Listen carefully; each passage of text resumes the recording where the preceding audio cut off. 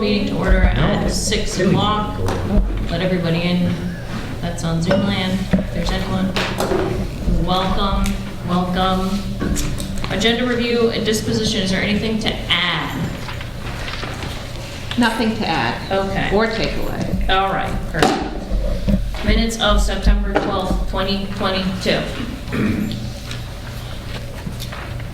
Did you guys get a chance to read them? I read them. I wasn't here, but I read them. They look fine to me. I'll move that we approve the minutes as written.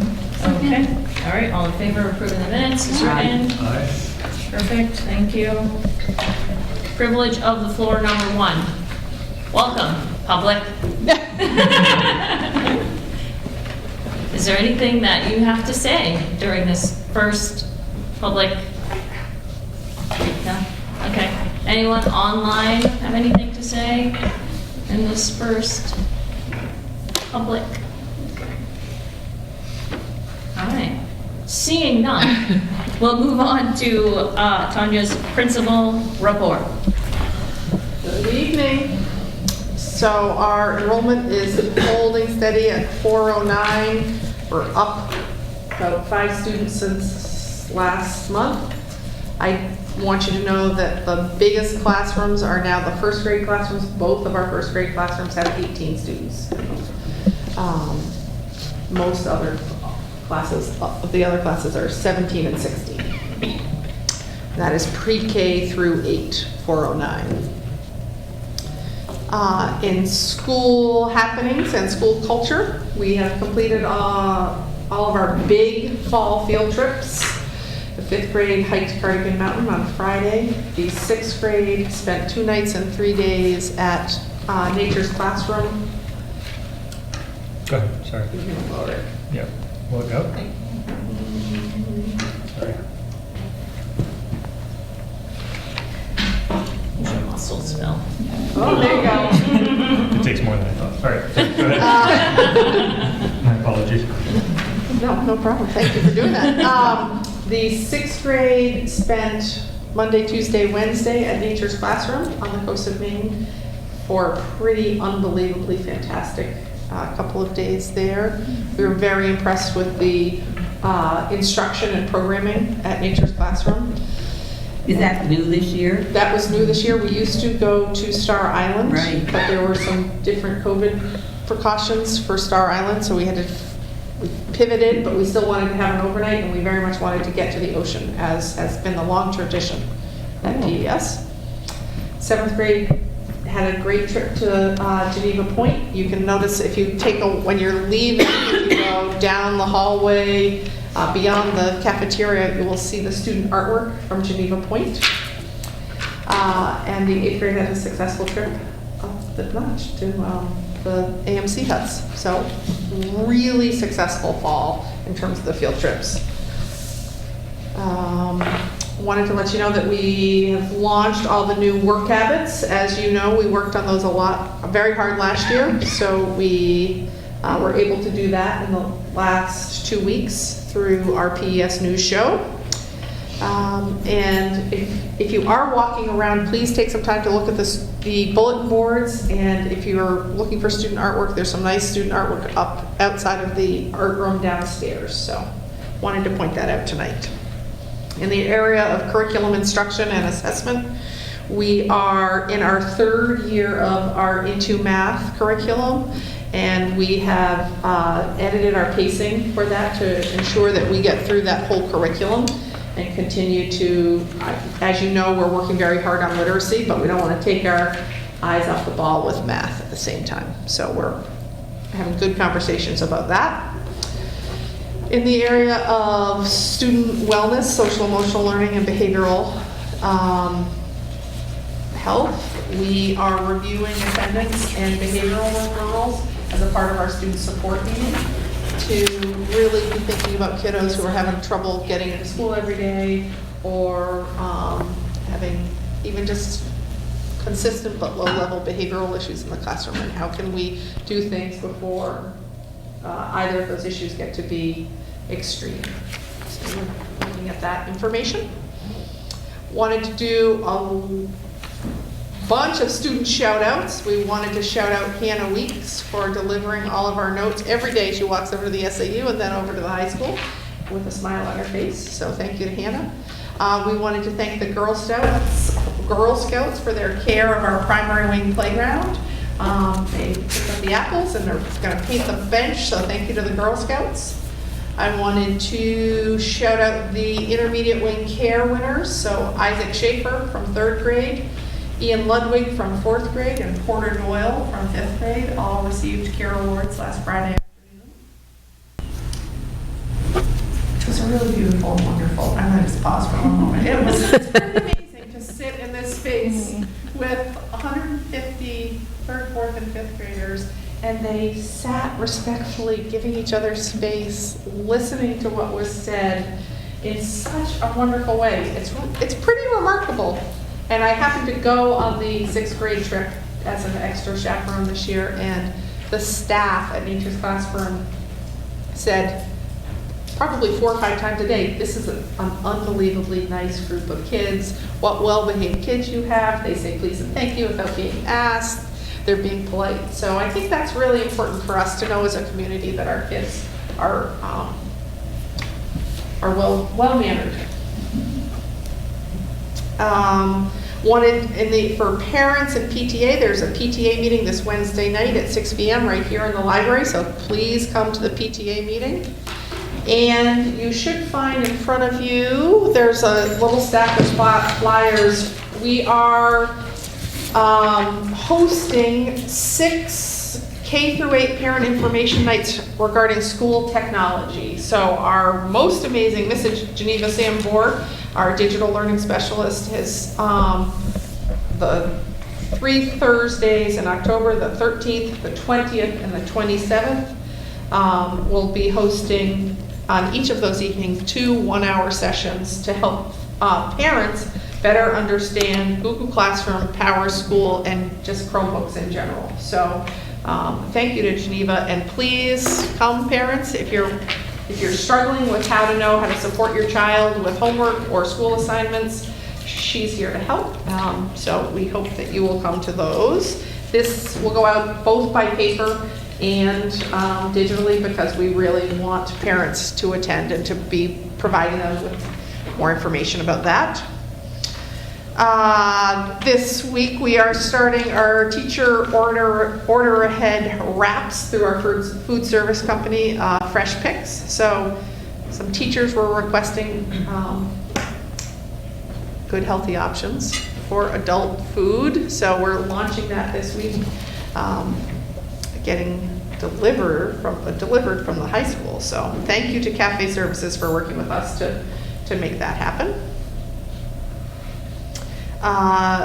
In the area of technology, we are expecting our first shipment of overhead projectors. So, as you know, we've been waiting for over a year for some overhead projectors, and we think they're going to come in the next couple of weeks, and we're going to be able to get the first 5 up this month, we think. In the area of facilities, you'll see later on, Jason Bergeron is here to give you an update regarding a number of things in the facilities department. In the area of recent and current events, I just have one thing I wanted to say to the board. We were the site for the primary voting here in September, which is, wonderful, and it's a collaboration between the town and PES to make that happen. I do want to let you know there were some concerns from some staff and some students regarding the voters on campus. And as we go ahead and plan next year's calendar, I will be proposing something different for the primary voting day. We do not need to worry about the November date, because we are already closed on that date. It is a parent-teacher conference day this year. But next year we will be proposing that both of those days not have students be in session. There are many, many upcoming events, but I just want to give you let you know about a couple of them. Grade 3 is having a field trip to Castle in the Clouds on October 5th. I already mentioned to you the PTA meeting on Wednesday night. Is it at 6 or 6:30? 6:30. 6:30. There's no school on October 10th. The pre-K is are having field trips to the fire station, 3 different field trips for the pre-K. And those will happen on the 11th, 13th, and 14th. On October 12th, our progress reports will go home. And on October 13th, the 4th grade, which I believe is our last grade to go on a field trip, is going to Lost River Gorge. So all of our fall field trips will be done by the first week of November. That is my update. Mrs. Gary, on to you. Mine is short and sweet this evening, but again, hello everybody. Our athletes and coaches are doing a great job. This fall, we're heading into the last month of play here in October. Kids are gaining some good experience, showing lots of improvement, and as Miss Orlando mentioned, kudos to our coaching staff and our kids for always representing ourselves well when we're out on the playing fields. Very proud of that. And many thanks to all of our spectators. It's fun to look out and see all the folks on the sidelines supporting our kids. Much appreciated. This week, the one big event that we have coming up, our cross-country team finally will have a home meet. We will be 9 schools out there running on Thursday, so it'll be a busy, fun event, and it's usually awesome, so I'm looking forward to it. Where are they going to go? Down in the cross? They're going everywhere, friend. No. We run our course here, but we start down on the soccer field, head out up through the woods, out and up and around. We come back down, come back through the lower parking lot, around the shed, and do that loop one more time. So it's 2 loops, and then they finish on the soccer field. Okay. How far is the? What are they, 2.3? I wasn't sure if Yeah. it was a standard for school. So should be a good day. If anybody is thinking about winter, we will actually hold those winter sports signups before the month of October is out, maybe in like 2 weeks. But we'll put that info out there. Right now, working on coaches and finishing schedules, but that will all come together. So we'll get through fall first, but have to think ahead. In terms of safety, we've just got some more drills coming up in the next few months. Our next meeting is this Wednesday. As a group, we are going to collectively look at taking another one of the NIMS, the National Incident Command System courses. We did that a few years ago, and we're going to see if we can dive into another one and get that done as a group. So that is it for me. Thank you. You guys have any questions for our principals? No? Thank you. Thank you. Thank you. All right. First discussion item, service animal policy, second reading. Did you guys get a chance to read the animal policy? Any questions about it? Straightforward. Someone want to make a motion to approve that policy as I'll written? make a motion to approve the service animal. All in favor of approving the service animal policy as written? Aye. Perfect, thank you. End of the year financial review. Hi, Dan. Hi. Thanks for coming. You have a packet in front of you that Dan's going to review. We've done this every year, usually September, October. I apologize, we usually do it in September. I unfortunately was hit with COVID last month, so I couldn't join you.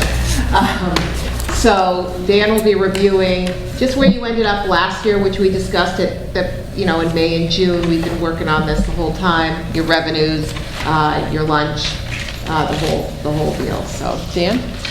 Thank you.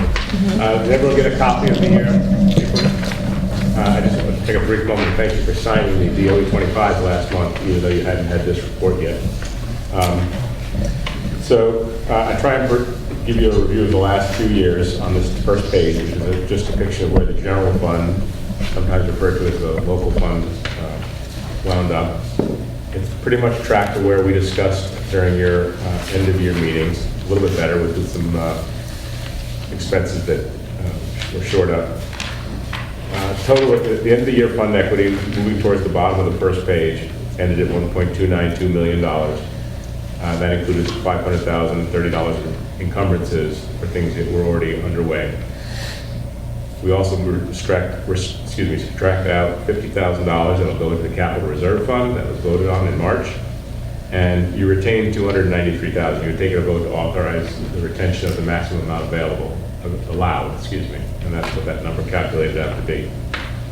We had thought that the unreserved fund balance would be closer to $350,000 to be credited as revenue this year to reduce taxation. It actually wound up a little higher with some stronger revenues than expected. And so the $449,000 will be considered a revenue this year by the DRA when they set tax rates this fall. So the net effect will be the assessed valuation of the town remains constant, which we don't know until for another month or so. The tax rate will actually drop a little bit because you had voted to commit at least an amount equal to the net increase in the budget, so there would be a zero increase. So with the fund balance being higher, the net effect would be the tax rate will be a little lower than the current year. Any questions on that page? Okay, if we flip over to page 2, we can see where especially the revenues were stronger than projected. The single largest area would be the adequate education grant. There were some changes made by the state legislature 2 summers ago, but after the last year's budget had been passed, so the district received $109,000 more in adequacy aid than projected. Medicaid collections were also very strong. Kim and her staff have done a wonderful job getting the Medicaid revenue collections back into a place where they historically were after some changes in the methodology the state was trying to push on districts. The IDA reimbursement being lower than expected, that's a little bit of a misnomer. You'll see that the tuition side is a lot higher, and that has to do with the IDA grant being separated out to the districts, as we've talked about, rather than just coming in one block, the SAU and into Plymouth Elementary. But as you can see, the tuition overall was higher than projected. You also had a large miscellaneous line, and what that has to do with was your health insurance municipal risk pool returned surplus premium from prior years. We had discussed this in May, just as a refresher. So the revenues were $800,000 above what was budgeted. The assessment was $400,000 lower, but due to the unreserved fund balance of the prior year and the adequacy being known when the last year's tax rate was set. So the $377,000 is the net increase in revenues, which contributes to that large fund balance that you still have rolling into this year. Any questions about those revenues? No, the adequate education grant, that's the one that every year's they're cutting a portion of it, correct? The state is cutting a portion And of then that. through COVID, we did get a bump, but remember, it's only temporary. Right. Yeah. So that's one that we expect, once next year's budget comes through, we expect it to have a significant decrease. Yeah, But, okay. and once again, it's something that every year the state legislature takes up the formula and how much they're going to fund it. And remind me what services reimbursement is? Sure. So one of the things that changed last year was there was an individual who historically was a contractor and would provide specifically for English language learners. Yeah. They came in and performed some work in this school, and the school paid for a contracted service, and they also performed work in other schools. Right. And over the course of the first part of the prior school year, it was determined that what needed to happen was the person needed to be employed as a teacher in this building. But the work in this building wasn't full-time. So for the portion of her time that she spent in other school districts, this school district billed those districts and recouped that portion of her total cost. So they, And we didn't anticipate that? For some reason, I was thinking. No, we did. added that just recently, the Okay. ELL position, into your budget. Okay. And then, remember, it's pretty much a wash as far Right. as Right. cost. Yeah. It actually has saved us some Okay. money as well, because you recoup the money from the other SAU districts. Okay, thank you. all set on that revenue page? Yep. The next page is a depiction of how the food service fund worked out for the year. And what you'll notice immediately is that there was a substantial fund balance. Typically, there's minimal, if any, fund balance in the food service. And it has to do with the enhanced federal revenues that we were seeing for the last 2 years during the pandemic. I want to just take a moment to caution you that that program is over, as we've discussed. We're back to families applying for a benefit of free or reduced meals, breakfast and lunch.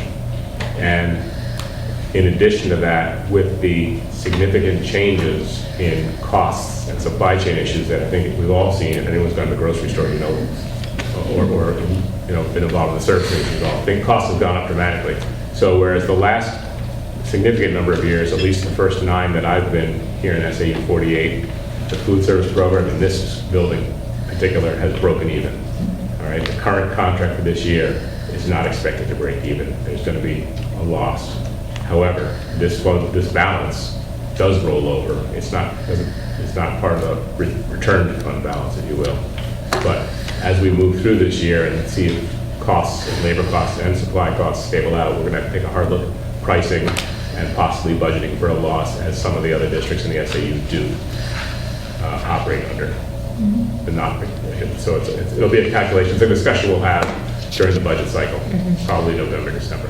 How many years, does anybody remember how many years ago we increased the cost of, we did a cost adjustment, was that last year or 2 years ago? You've done it a number of times. Yeah. You did do a cost increase just this past spring. Okay. Yeah. And that had to do with what's called the price lunch equity requirement of the participating National School Lunch Program. If you get to a point where the federal government is paying for the free meals a substantial amount more than you're charging for the paid meals, they get cranky.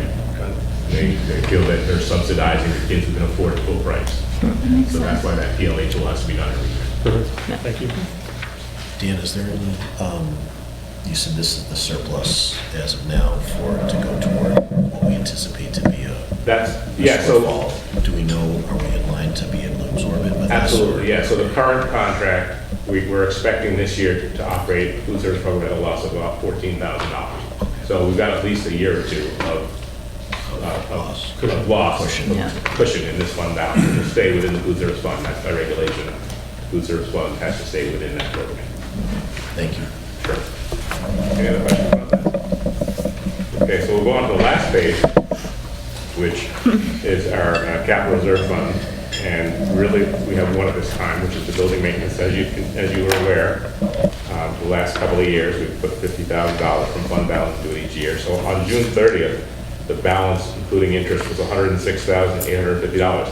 That does not include the $50,000 that was voted in March from the FY22 fund balance, because that won't come in, that won't get deposited until after July 1, because the fund balance available on July 1. Does that make any sense?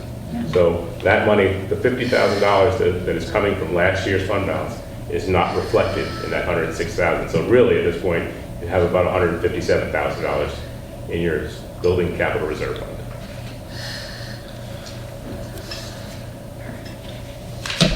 Bill, you look like I'm making no sense at all. No, you're making, I'm doing that, I'm trying to figure out, I'm looking ahead at the CIP and trying to figure out for that. Looking at 2 years into the future, planned expenditures. Yeah. We're almost there. Well, we'll figure out how to look 2 years in the future. I'd appreciate if you share that information with me. Any other questions in that packet? I do have one other item I'd just like to review with you. I know it's not on the agenda, but considering this a financial update in general. Yeah.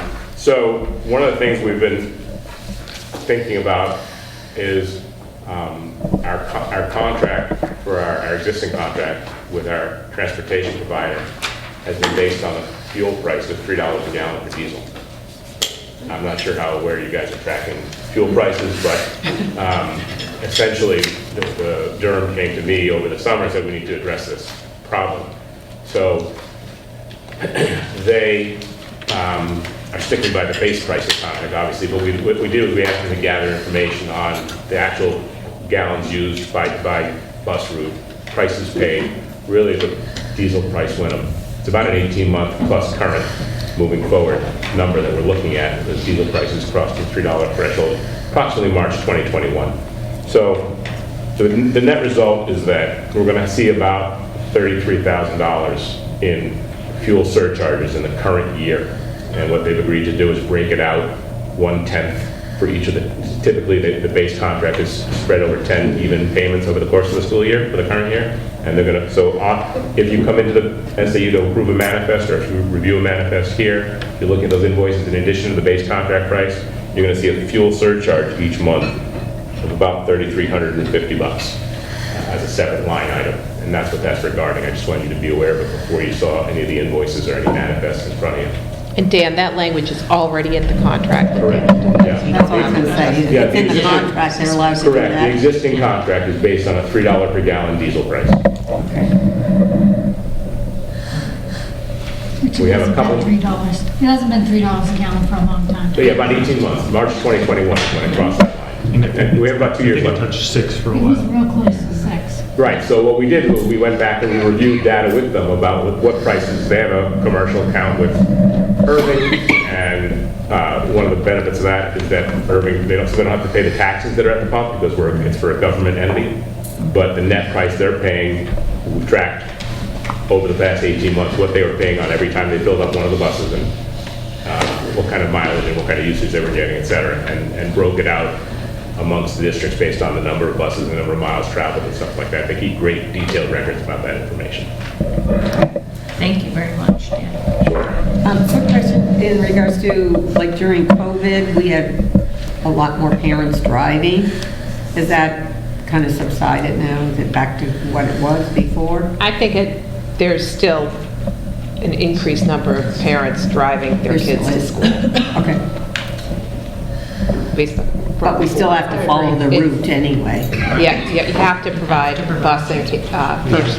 But you don't have to stop it. Perfect. Did you guys have any other questions for Dan? Thank you. Always appreciate your reports, Dan. Thank you. Have a good day. All right. Jason? So just real quick, I'll just kind of frame it a little bit for you. Sorry, I can't help myself. I'm used to it. They all are. So it's a flexible document. There's a few projects in here that I think we'll need to decide whether you want to keep it in the year that it's in or push it out some. Some of them are not obviously emergencies. One highlight is this, where we are right now, the Learning Commons. It's been on your CIP for a while, and we just kind of keep bumping it down. This hasn't been renovated since the... 2010. We did the carpets a year ago, but we Yeah. haven't done and none of the bookshelves are original. From the early 90s. Yeah. So really, I think the goal was a couple of years ago was to make it more of a learning commons and a media center that reflects more what kind of the high school is, and a lot of the new libraries and learning commons are reflecting more of that collaborative workspace with it's just a multi-purpose room that can be used for several different functions. We had also talked about enclosing this and then updating the ventilation system, the HVAC system as well. So it's just something to think about with your ESSER funds as we get closer to making decisions about that piece. The other piece that's in there, and then I'll have you take over, Jason. Sure.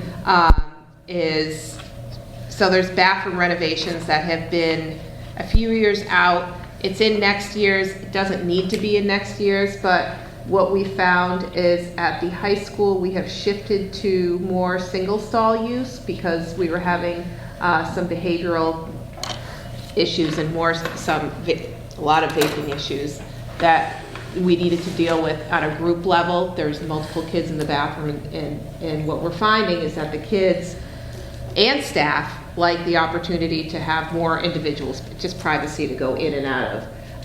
And behaviorally, we could track it a little bit better with individuals coming in and out of different bathrooms. So it's something to think about what you want to do with that piece, but that's been in the plan for a while. So that's definitely something you would have to address in the next few years, but it doesn't need to be next year. But it does qualify, it does fall under some of the ESSER pieces too that we can think about, because it relates to the pandemic, because we wrote the grant for the high school, because it spaces kids out more, and then I think we tied in something around, Well, it's more sanitary. Sure, sanitary, yeah. Everything's touchless. The trash is down a large amount from having the hand dryer stations in. So it fits under that piece, and it ties into the HVAC piece as well. Yep. Can you give us a quick rundown of what's included in everything, like flooring, fixtures, stalls? Is that? Of the bathroom? Yeah. It's probably a complete gut. In order to change them usually to single use, the plumbing has to be, depending on where it goes. So it's a major renovation. So it's basically taking it down to the shell and making the space anew. And you already have some single stalls, bathrooms in the primary wings, but this would just add some options. And you're going from one access point to needing multiple, right? Like if you think about one bathroom, right? So I think that you're changing walls. At the high school, we had the same initial access point where the original door was, and split off, and there's two, so there's 16 individual single-use restrooms. So we didn't really have to do much structurally or anything. It was just really changing the whole use of that space. But in order to do it, you had to go down to the bones because the high school had lead and oakum pipe from 1971, and we found that there was no insulation in the exterior wall. So what a great time! That's the piece. Insulate the wall. So I don't anticipate that. This is a newer building, but. Yeah, I hope there's insulation. If you want to review all the other. Yeah, did you want to talk about the safe crane at all? Can I ask a quick question? Yeah. Remind me why why it was proposed to enclose this?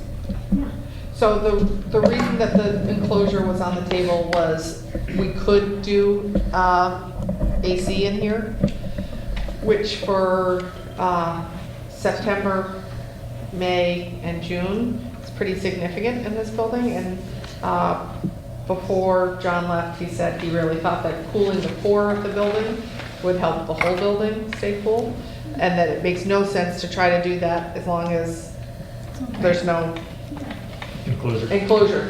So that was the idea. I think that this area here would be air conditioned, but not the rest, and that would help to cool down the rest, just because it wouldn't be so hot or something. It would also be a refuge for. And a refuge. But it's probably better for the climate control is probably better for the media that's stored here as well. Okay. And can you remind me of, I know that we already approved some projects using ESSER funds. Is there still more money on the table that we have not yet? Like. So we originally had an outdoor pavilion in the original scope of what we were going to use the ESSER grant for. That came in significantly higher than expected. So what did that come in? $173,000. For a frame with no electricity or anything. So I think we could. It's something every 10 years you're going to have to, stain it and then, do the roof on it every 20, 25. No power out there, just a fixed structure. So we just got the pricing back a couple days ago. Did you just get one quote for that? Well, it was by the design of John Francis. It's a timber frame. It's beautiful, but just to buy the timber frame alone is $90,000 For the materials alone? Just to buy the frame. I would be suggesting that we not spend that money that way. So how much money do we have, and do we know we have an amount in ESSER funds, and when do we need to utilize? So what we're going to do tonight's purpose is kind of go over your cap improvement plans, and then next month we're going to come with what you have left. Okay. And then we will have further pricing with the HVAC, Jason, as well. Yep. So we can decide which money at that point you would like to put in the regular budget, if you want to pull any from your cap reserve, because you have a bunch saved there, so maybe you want to do one of your projects that wouldn't fit under that, and then which money you want to prioritize towards the ESSER grants. Yeah, so the project that you had slated for ESSER was to get rid of the number 2 boilers that we have. Oh, yeah. Remove there'd be a propane tank farm in the same spot, propane boilers. That was on your CIP, I think, like 10 years out, like 500,000 or 600,000. Yeah. You'll see that is off because that's an ESSER project. And there was $150,000, I think, for next year for HVAC as well, and that's for the gym. So those 2 things are the first top priority of the ESSER money that we're still waiting to get the pricing on. The design finally just got done the other day. So now we can get the real pricing, which we should hopefully have for the next meeting. So that way we'll know how much left of the ESSER. I think there's somewhere around $1 million between the two. I was looking today. So if that comes in at 700,000, you may have 300,000 plus, if you don't do the pavilion, to put into something like this or something else that is a greater need, for HVAC or something else that you want to do. Okay. So we'll have a real pricing on those two things to try to get those going for next summer, and then we can assess where we're at and what we'd like to do. As far as the HVAC plan for in here to cool this, is that still the plan? I know John had suggested it to cool in here. Is that still, we're still thinking of enclosing this in order to do that? That's something I think is part of the decision as Yeah. well. Yeah, so once you have, I think once you know what extra ESSER funds you have from those two other projects, you can figure out, do you want to explore this? The reality is this really should have a design by stewards who we have, or someone needs to design it, because once you're changing the space, it's basically putting a wall there. Well, do we meet all life safety codes?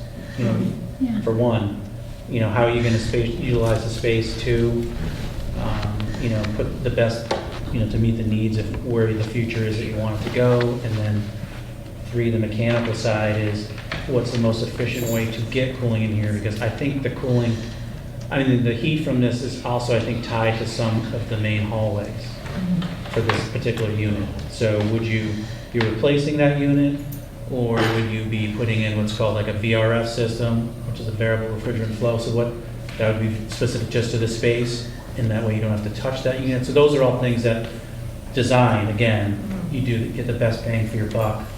Just out of curiosity, since we're talking about HVAC and or heating system replacement, has anybody looked at the cost effectiveness of abandoning propane and just doing a VRF system?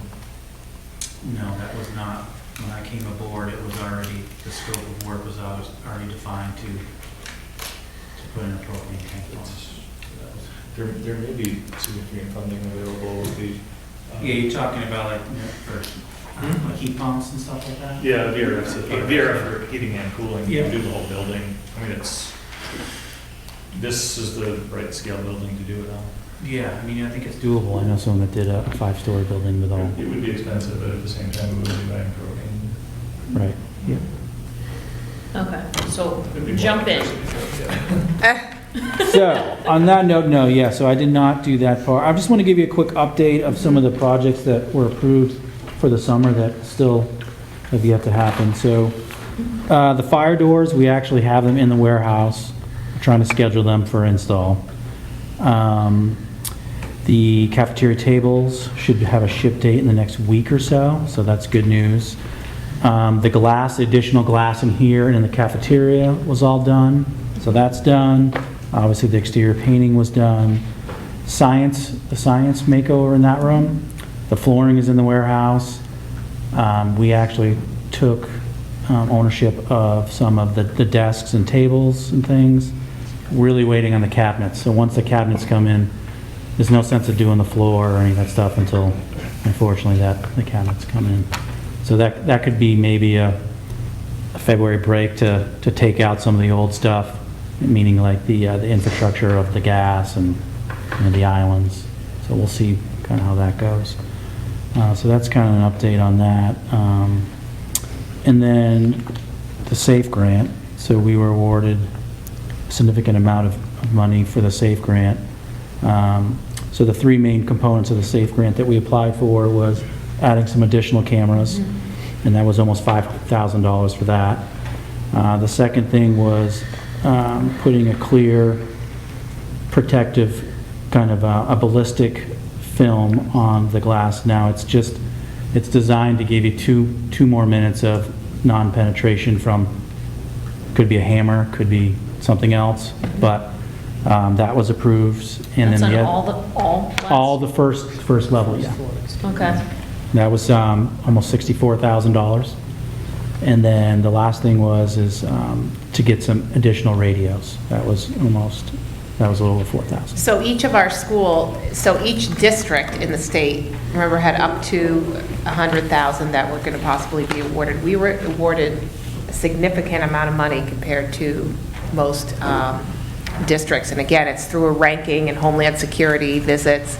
And so those pieces are what's been passed in most districts. If you don't have cameras, you get upgraded cameras, the film on the windows, and then any communication or securities on doors was also one that was improved as well, so. And then a side note on security, me coming into the building tonight, I was met by the nurse, which I don't frequent this building as much as I'd like to, but she saw me kind of walking around. I was supposed to meet somebody outside, and they had yet to come, and she did some good field work and asked me who I was and if I needed any help. Oh, good. So that was a great interaction I had. And then I furthered in the building, actually, and got to meet Kelsey, yep, from Parks and Rec, and the same thing happened. So I think those are two things that money can't buy that stuff. That's just, so that was really great to see. And at first I was like, well, I'm just, I'm here for a meeting. I have keys, and and then I explained who I was. So I thought about it for a second. At first they kind of looked at me a little cross-eyed. So that was really nice to see, actually. But back to the CIP. So there's a couple additions on there. We did a little research, and it looks like there's potential for 4 scoreboards, the 2 exterior scoreboards, and then 2 in the gym. So you'll see there's a price difference from there because there's actually 2 more scoreboards added to that.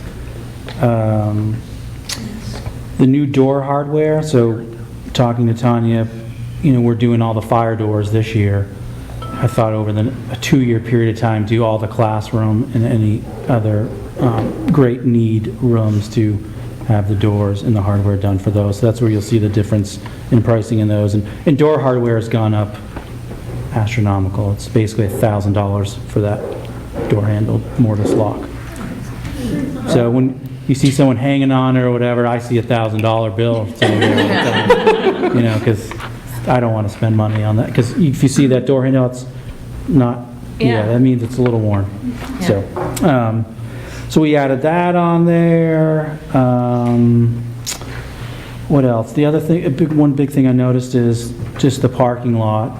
We put that out there like in the 7th or 8th year that for consideration that it might be time to resurface the parking lot. So that's on there. And then, so the notable things that we're taking off is, like I said, the boiler's about year 10, the $150,000 for HVAC from this year. And yeah, so that's basically it. And it's one thing that I'm working towards is when we work on a CIP and we come up with an idea that I tie it to an asset or quote a project that it's for this, this, and this, so that you really know what kind of the scope of the work is. And then in the end, say in the summer, say you do these things like we're doing, putting it back in a revolving schedule that, maybe on a CIP for 30 years, but I want you to know that yes, this was replaced in 2021, 2040, it needs to be for consideration. So that's kind of just the way that I would like to do things, and this is, the very first iteration of that. So I think next year it's going to get even better and just be a little more defined on where it's going and where it's been. And so if you say, hey, when was the last time that's done, I easily can look in one spot and not have to go through a million things and try to find the answer. Awesome, great. Thank you. And thank you for your thoroughness. I'm Appreciate it. kind of like that, unfortunately. No, we appreciate it, so thank you. Did you guys have any other questions for Jason? No? No? Great.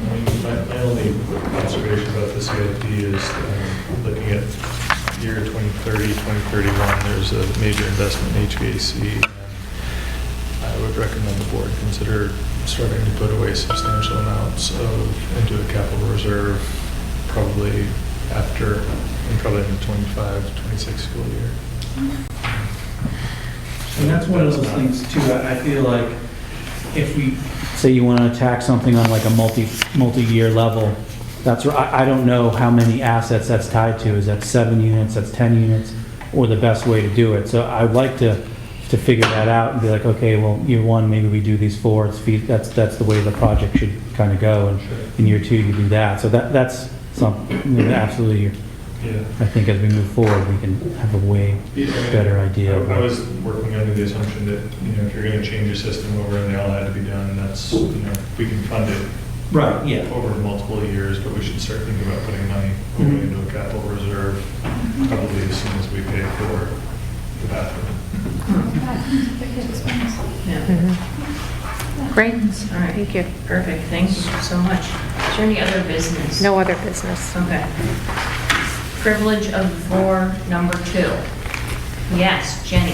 I just wanted to thank Tanya for her principal's report because it helps me think of things that I want to say. My daughter is in the 2nd grade and she did the trip to a rattlesnake. And I just really enjoy that they did a hike on, it's on a 2nd grade level. Rattlesnake is just one of the best hikes around here because it's so satisfying when you get to the top. But she really enjoyed it. There's little pictures of them walking up with all of they're carrying their little backpacks, and it was just really, really satisfying. And it was just a great getting into the outdoors. And I'm sure they had plenty of things to talk about to connect it to school, but just connecting it to the outdoors is really satisfying. The other thing I wanted to say is my son is in 4th grade, and he was so proud of his friend Ian for receiving the CARE Award, to the point where he comes home and tells me about it. And it's so nice to go up what you were saying, where they really do have the pride for their schoolmates. And it was just a really satisfying, conversation to have with him. So, that's all. Thank you. Is there anyone on Zoom that would like to say anything during our second privilege of the floor?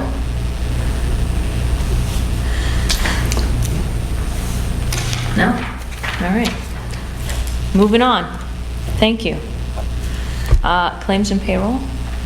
Everybody sign off on Everybody everything? get that? And correspondence. No correspondence. Okay. Perfect. Need a motion to go into non-public session. I move we go to non-public for personnel issues. All in favor of going into non-public? Aye. Thank you for coming to the meeting. Ted, it's nice to see you.